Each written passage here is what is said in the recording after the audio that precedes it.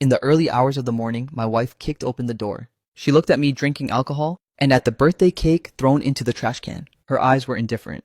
Aside from drinking, can you do anything useful? I swirled my wine glass, walked to her side, smiled and said, why don't you take a sip too? She narrowed her eyes, shook off my hand and said, you should go to sleep.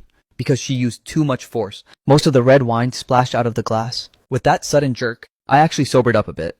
I set down the glass in my hand, then turned back to look at her. Today is my birthday. Hearing this, Shen Yuchu's gaze wavered slightly, but in an instant it returned to normal. Since it's your birthday, of course there must be a gift. I let out a sigh. Since you didn't give me one, then let me give you one instead. As I spoke, I took a document out of the drawer by the sofa and threw it onto the table. This is my gift to you. Her eyes scanned the cover of the document, and the words divorce agreement caught her eye. At that moment, her brows furrowed tightly, and she asked in a low voice, what kind of trick are you trying to play again? Back then, our family's arranged marriage tied you to my side for so long. It must have been hard on you. Haven't you always been thinking about your first love? Go find him. I handed the divorce agreement into her hands. Before she could react, I gently kissed her on the forehead. After just a few seconds, I was pushed away forcefully by her. My face fell as I realized that for a husband and wife to end up like this, it's quite a failure. It seems we really are not meant to be lifelong companions.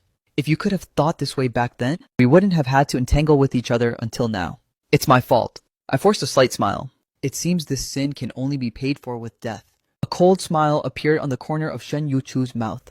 Are you actually willing to die? Pausing for a moment, she said in a slightly deeper voice, if I die, I won't love you in the next life. Talk to me after you're dead. Shen Yuchu withdrew her gaze, turned straight around, and left again. The curve of my lips gradually vanished. She still hates me so much. I shook my head with a bitter smile and sat down on the sofa. From the drawer, I took out another document, a medical report. The words, advanced stage cancer on it were suffocating.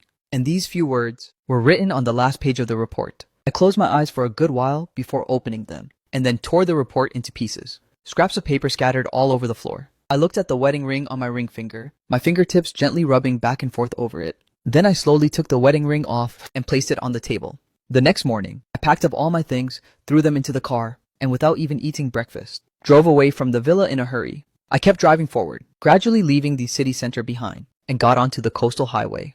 Opening the car window, the wind blowing against my face felt icy cold. As my hair blew in the wind, I knew I would never see Shen Yuchu again.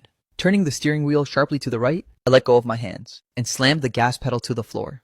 With a loud bang, the car crashed violently into the cliff on the right side. The front of the car was severely deformed. At the driver's seat, bright red blood trickled out from underneath the car. Although I died, my soul kept drifting around. I thought I could stay far away from Shen Yuchu after death, but for some unknown reason, my spirit kept lingering by her side.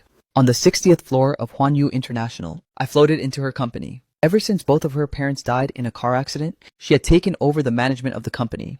The secretary brewed a cup of strong coffee for her, and I followed her into the office. President, the video conference with Weiss starts at 9:30. The documents have been organized and placed on your desk. Shen Yuchu nodded slightly, but I noticed that something was missing from her finger. Right, it was her wedding ring.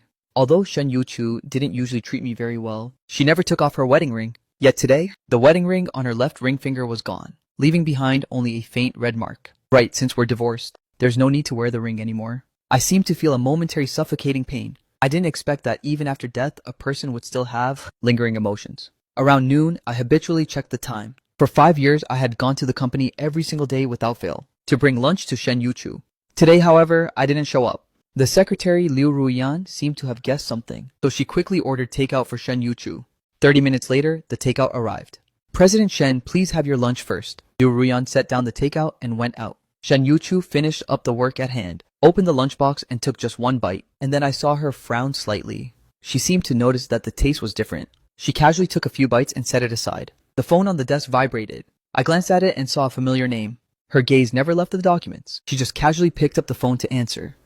Yo, Chu, are you off work yet? Shen Yuchu looked down at her phone screen, the corners of her mouth curling up slightly. Almost. Then, let's have dinner together tonight. Shen Yuchu glanced at the documents on the desk and softly agreed. Shen Yuchu picked up her pace, finished reviewing the documents in her hand and left the company. At the Huaxia International Hotel, Shen Yuchu's car drove up from afar. Chenza straightened his jacket, smiling as he waited for her to get out of the car. Yuchu. Shen Yuchu walked toward him.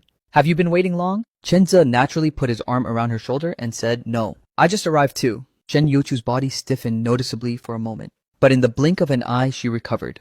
The two of them